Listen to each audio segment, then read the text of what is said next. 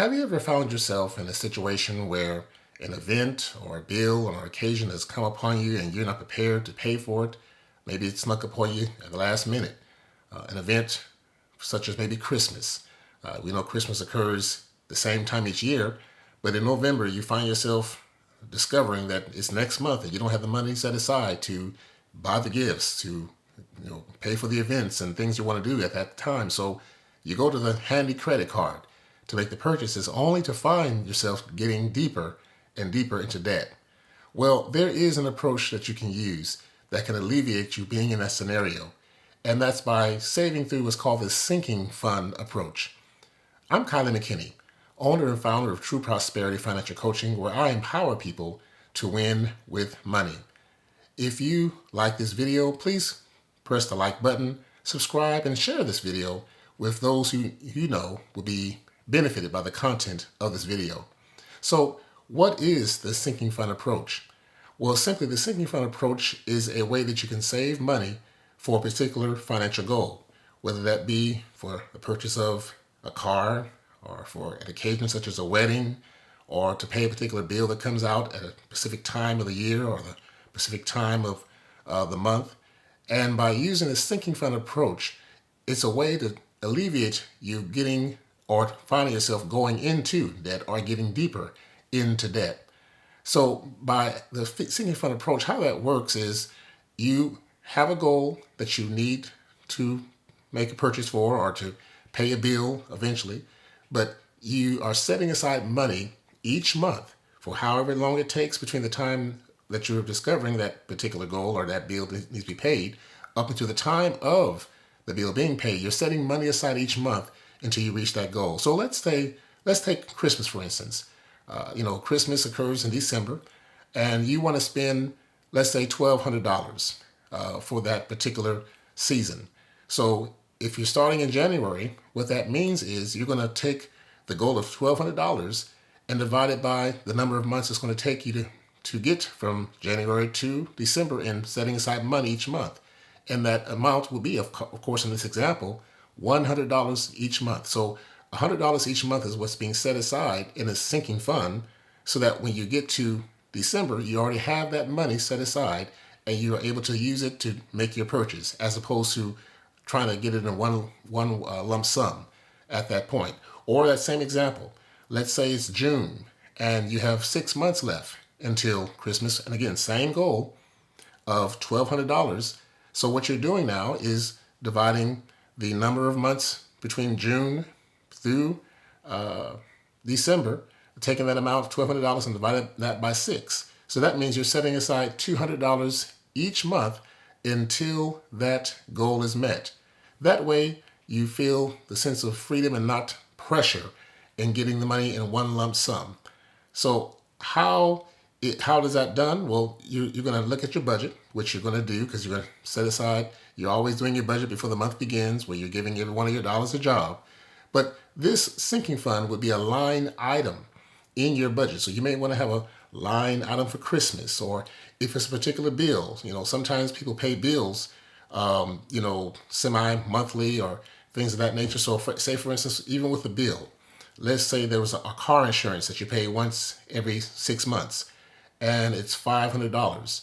Well, one way to use the sinking fund approach is you take that $500 and divide it by 6, because you're only paying this, twice a year.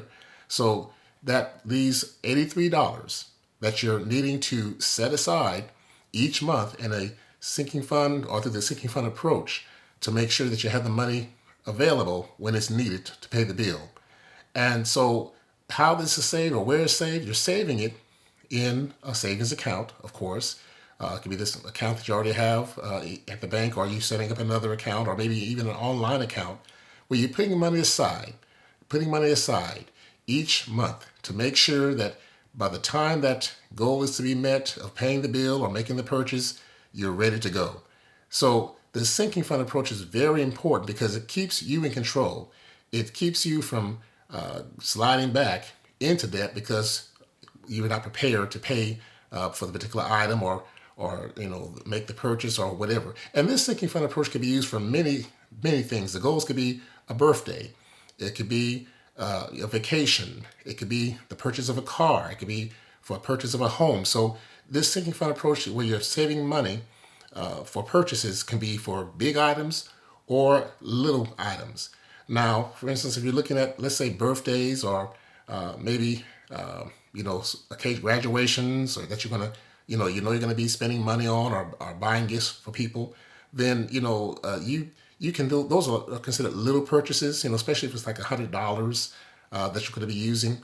You can set that aside maybe in your home. If it's going to be like $25 a month, you're going to be paying for the purchase or a gift or whatever 3 months down the road for that. That can be done in a home. So you can set that money aside and just place it in your home somewhere. But if it's a major purchase, such as for a car or for a big ticket item, you may want to make sure those purchases are set aside in the bank. So let's use another example of a big purchase.